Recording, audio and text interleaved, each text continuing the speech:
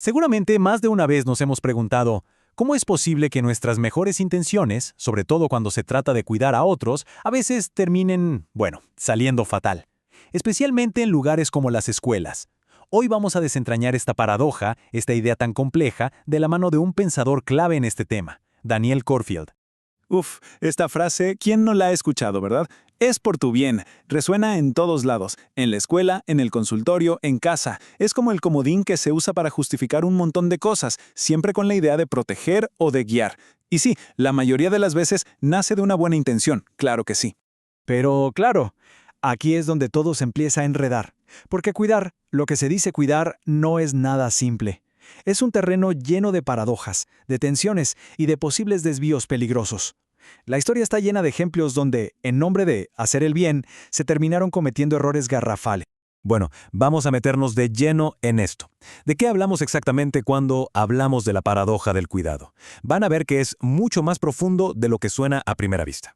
Lo primero que hay que entender es que cuidar no es simplemente un sentimiento bonito, ¿no? No es un impulso espontáneo y ya.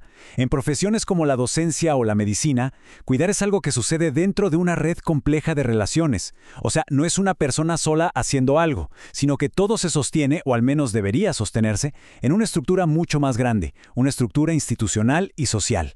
Y fíjense en este cambio, porque es fundamental. Por mucho tiempo, la idea era que los niños eran como proyectos de persona, ¿no? Seres inacabados a los que había que formar.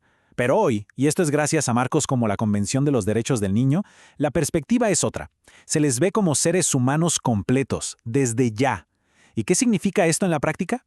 Pues que su palabra, lo que sienten, lo que necesitan, es válido ahora, no en un futuro lejano cuando ya sean grandes. Ahora bien, este acto de cuidar no ocurre en una burbuja. Hay presiones externas que lo distorsionan por completo. Y Cornfield habla de dos fantasmas que, la verdad, andan rondando por las escuelas y otras instituciones, generando un clima de miedo constante. Y aquí los tenemos. Por un lado, la judicialización, el miedo a que cualquier cosa, por pequeña que sea, termine en un juzgado, en una demanda. Y por el otro, la espectacularización, el pánico, el terror, a que la situación explote en los medios o se haga viral en redes sociales. Imagínense, estas dos fuerzas juntas son una bomba de tiempo que obliga a los adultos a actuar a la defensiva casi en piloto automático. Pensemos en la judicialización. ¿Cuál es el verdadero daño que hace? Que le pega directo al corazón de la tarea de educar, que es el diálogo. Si ante un problema, lo primero que se piensa es, ¿necesito un abogado?, se rompe toda confianza. La palabra ya no sirve. ¿Y qué pasa? Los docentes se repliegan, se esconden detrás de protocolos para cubrirse las espaldas, y al final, el sentido de lo que hacen se va perdiendo. Y ahora, el otro fantasma, el del espectáculo. Cuando entra en juego el miedo al escándalo, las prioridades cambian radicalmente. Ya no importa tanto entender qué pasó, sino cómo se ve desde afuera, cómo controlar la imagen. Los medios, muchas veces, buscan el titular llamativo, no la historia completa y compleja. Y en el camino, se llevan por delante la privacidad, los derechos de las personas, sobre todo de los menores, y generan un pánico tremendo. Entonces, si juntamos estas dos amenazas, el resultado es tóxico. Crean una atmósfera donde pensar es un lujo que nadie se puede permitir. No hay tiempo, no hay espacio. Lo que se impone es un chip de acción-reacción. Pasa algo y ¡pum!, se responde al instante. Sin pensar, sin reflexionar, solo para cubrirse. Ok, vimos las presiones de afuera. Ahora, ¿cómo se responde desde adentro? Esto nos lleva a una figura que todos conocemos, una que parece atractiva, pero que esconde una trampa enorme, la figura del héroe. Cornfield le pone un nombre, subjetividad heroica. Y es básicamente esa persona que, en medio del caos, se pone la capa y dice, tranquilos, yo lo resuelvo. Es alguien que siente que tiene la solución en el bolsillo, que no necesita consultar a nadie y que, al actuar por su cuenta, deja a todo el resto del equipo fuera de juego. Y claro, el lema de este héroe es siempre el mismo. No hay tiempo para pensar. La urgencia se vuelve la coartada perfecta para saltarse el diálogo, para no escuchar a nadie, para no construir algo en equipo. La cosa es actuar ya, porque supuestamente no hay tiempo que perder.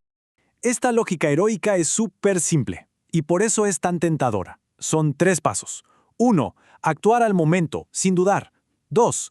Actuar en solitario, porque el grupo estorba. Y 3. El objetivo es eliminar el problema de raíz, de un solo golpe. Fíjense, no se trata de comprender, se trata de suprimir. Y en ese apuro por solucionar, lo que se hace es cerrar puertas en lugar de abrirlas. Y acá está el nudo de todo esto.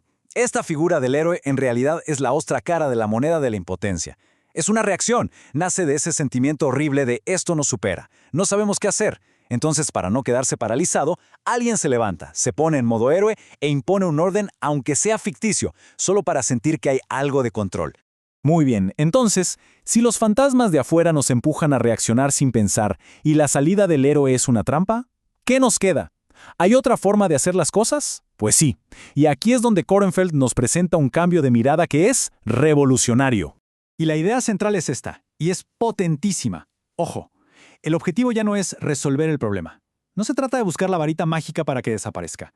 Se trata de todo lo contrario, de aguantar la complejidad, de no salir corriendo, de sostener el problema, de quedarse en esa tensión y desde ahí empezar a mirarlo de otra manera, a hacer otras preguntas para ver si podemos reconfigurarlo.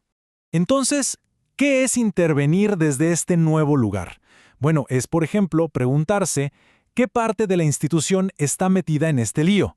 Es crear momentos para hablar, para pensar juntos. Es acompañar procesos sin saber cómo van a terminar. Y algo súper importante, a veces la mejor intervención es justamente no hacer nada, saber cuándo correrse a un lado. Con esta perspectiva, logramos salir de una trampa, de una falsa elección entre dos extremos que no llevan a ningún lado.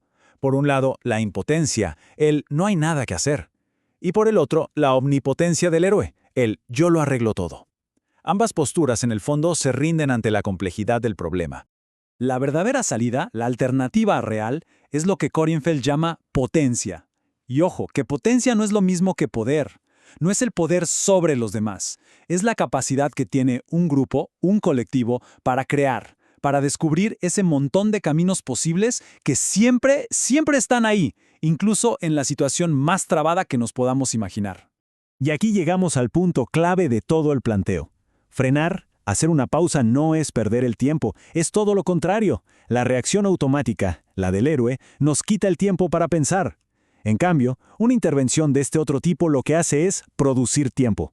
Genera ese espacio tan valioso que un grupo necesita para pensar, para darle vueltas al asunto y para juntos encontrar otras salidas.